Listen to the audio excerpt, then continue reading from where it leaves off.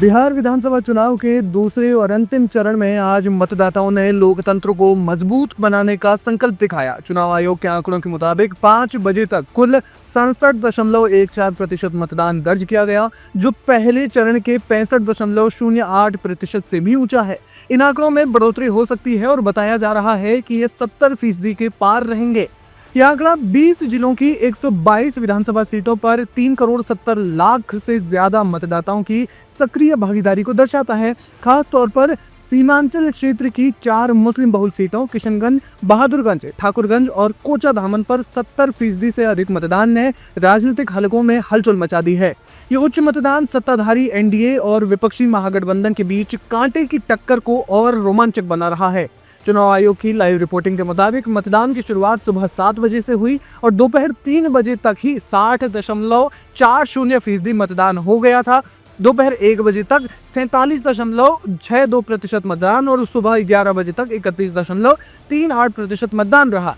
आपको बता दें कि आंकड़ा पिछले चुनावों यानी 2020 में दूसरे चरण में करीब 59% से काफी बेहतर है। कुल 45,399 पोलिंग स्टेशनों पर शांतिपूर्ण मतदान हुआ। हालांकि कुछ स्थानों पर मामूली झड़पें हुई, जिन्हें सुरक्षा बलों ने तुरंत संभाल लिया। सीमांचल क्षेत्र, जहां मुस्लिम आबादी 40 से 70% है, उसने इस चरण की सैर को और ज्यादा चमकाया। यहाँ की 24 सीटें हमेशा से ही चुनावी समीकरण बदलने वाली रही हैं। किशनगंज जिले में दोपहर 3 बजे तक 66.10% मतदान हुआ, जो पूरे राज्य में उस वक्त सबसे ऊंचा रहा। अन्य प्रमुख जिलों के आंकड़ों की बात की जाए तो बहादुरगंज में 72.54% वोटिंग, कोचाधामन में 75.95%, ठाकुरगंज में 77.98% और किशनगंज में 78.52% मतदान शाम 5 बजे तक दर्ज किया गया, जो जनता के उत्साह को दर्शाता है।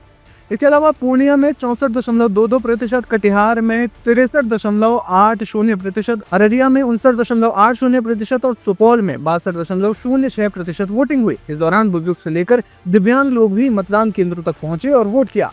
ये बम्पर वोटिंग राजनीतिक दलों के लिए दोहरी तलवार साबित हो रही है। विपक्षी गठबंधन के नेता तेजस्वी यादव ने इसे परिवर्तन की बड़ी लहर करार दिया। उन्होंने एक्स पर लिखा कि मेरा दिल खुशी से गदगद हो रहा है, मेरे बिहार ने चमत्कार कर दिखाया। दूसरी ओर सत्ताधारी एनडीए के नेता इसे अपनी योजनाओं की सफलता का प्रमाण बता रहे हैं।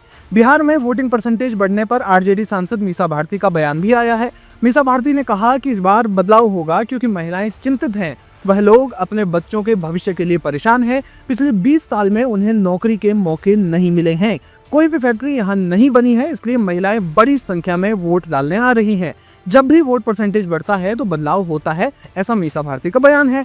इस बम्पर वोटिंग की एक वजह बिहार में हाल ही में हुआ विशेष मतदाता पुनरीक्षण यानी एसआईआर भी माना जा रहा है। सियासी जानकार मानते हैं कि इस बार बम्पर वोटिंग इसलिए हुई क्योंकि लोगों को कहीं न कहीं ये डर था कि एसआईआर के कारण उनका वोटर लिस्ट से नाम कट जाएगा। इस वजह से वे नजदीकी पोलिंग बूथ पर पहुंचे और वोट किया। बहरहाल बिहार में बम्पर वोटिंग से नेताओं की दुगदुगी बढ़ी हुई है और अब महज 3 दिन के बाद ये तय हो जाएगा कि बिहार की सत्ता में कौन काबिज हो रहा है।